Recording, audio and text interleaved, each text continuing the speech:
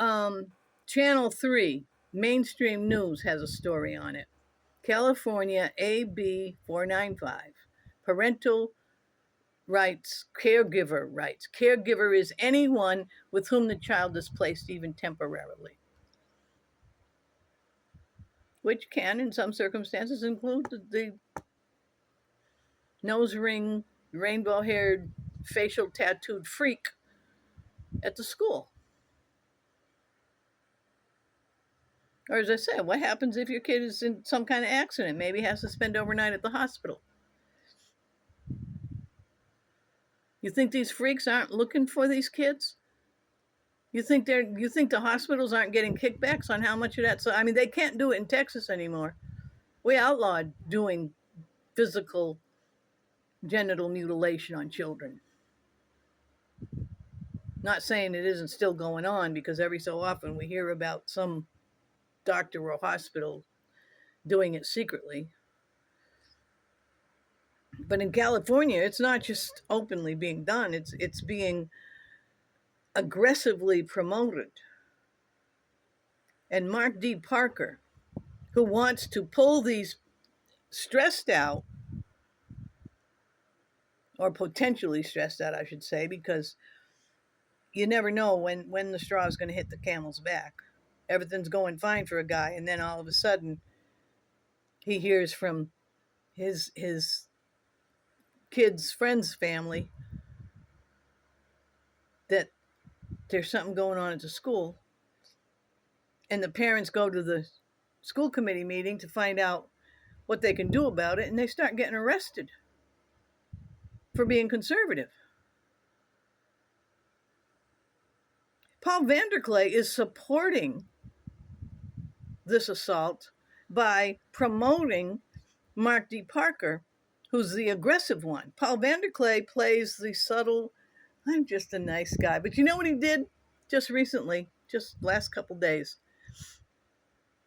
He's a Calvinist, right? And if you know your history, your religious history, you know that the Calvinists probably are the most extreme anti-Catholic Protestants. Really, they're the ones who in Switzerland back in the Middle Ages burned a whole bunch. I mean, I think they burned out whole villages full of Catholics, burned them alive. And they'll do it today if they get a chance. That's the denomination. So VanderKlay put up a single tweet in his X page claiming the most ridiculous, disgusting thing, that the Catholics created the French Revolution, which of course was possibly the first atheist revolution in history. Other revolutions over the centuries have usually involved some kind of folk religious figure being part of the people uprising against the nobility for whatever wrongs they were suffering. But this was the first philosophical atheist revolution. And VanderKlay put out the ridiculous statement, and he did it as well. It was in a book, so that, you know, and it looks, you know, and he had the photograph of the book page, which was written by another Vander something, another Calvinist, and it's something about the Calvinist history of the French Revolution. But he only put that tweet out so that he could offend as many people as possible, and he succeeded. And then he makes a video like, oh, you know, and he's got his little chipmunk teeth and his little grin. Oh, yeah, this is really what it's about. So that's what he does with tweets and stuff. He's in there to stir the pot, to create as much anger as possible, and then be just like a filthy pedophile predator. Yeah, because those kinds of predators that attack the children, and we're talking about people who support the genital mutilation of children, both male and female. VanderKlay has promoted a tranny in his streams putting up the pronouns. And I spoke about that, how the whole pronoun thing, it's not about gender equality for some confused adults. They're putting the pronouns into the early years of the school system because the poor little children who are just moving from their family circle into the first years of school circle, just learning how to relate to all kinds of people from all kinds of backgrounds in the bigger world. And they're just developing their own sense of who they are. And your sense of who you are you a boy or a girl? You know who you are, you know what you are. By age 6, most children have a very strong sense.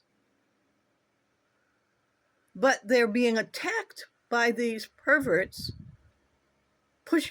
telling them you cannot look at Johnny over there and use the word he to say that he's a boy. You've got to go ask him what he is.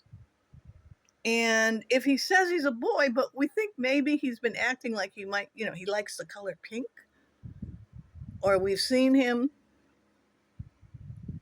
take an interest in some girls' toys, well, the adults are actually going to talk to that boy and persuade him that maybe he's really a girl and confuse the heck out of the poor kid.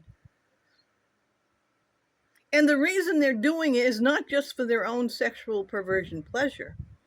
And don't think for 1 minute that those teachers doing that child-on-child exercise that Mark D. Parker wants to pretend he's not aware of, don't pretend for 1 minute that they're not getting sexual gratification out of doing that.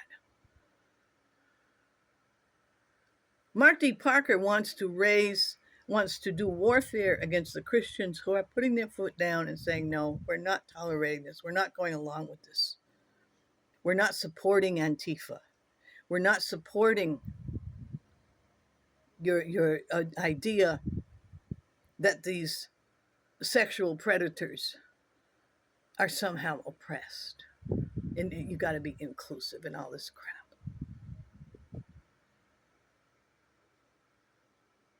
The whole thing that Paul VanderKlay does with his little chipmunk grin and a couple of his other good buddies in the estuary there, where they guilt trip people and tell everyone's got to be nice and agreeable, and then. They guilt trip guys to where guys are like, something's wrong here, but I don't want to rock the boat, and these guys, the leadership is honing in on their vulnerabilities as fathers, promising them that they have a community of like-minded men that they can rely on in the trenches, which we all know are out there. But then they turn around and they realize they got into the trenches with Baphomet and Moloch, VanderKlay and Parker. And Parker is sitting there on his stream telling this young guy that, what are you talking about? Kids can just be taken from the parents and then transitioned. There's nothing like that going on. Parker's in California. It's all over the headlines everywhere that they just passed that law. It's signed. It's a law. It's in effect right now. And the TLC and estuary has got these young fathers under the leadership of disgusting, predatory monsters like Mark D. Parker. You men have to man up. Get on your hind legs and find some spine. And if you really want to hold on to this estuary TLC stuff, do something about your leadership. Take a good hard look at it. Don't be polite. Don't be fooled. Look at the disgusting manipulation VanderKlay does, deliberately throwing out high conflict, divisive, triggering tweets, and then pretending like he's Mr. Reasonable in one of his disingenuous, hypocritical, fake Christian streams.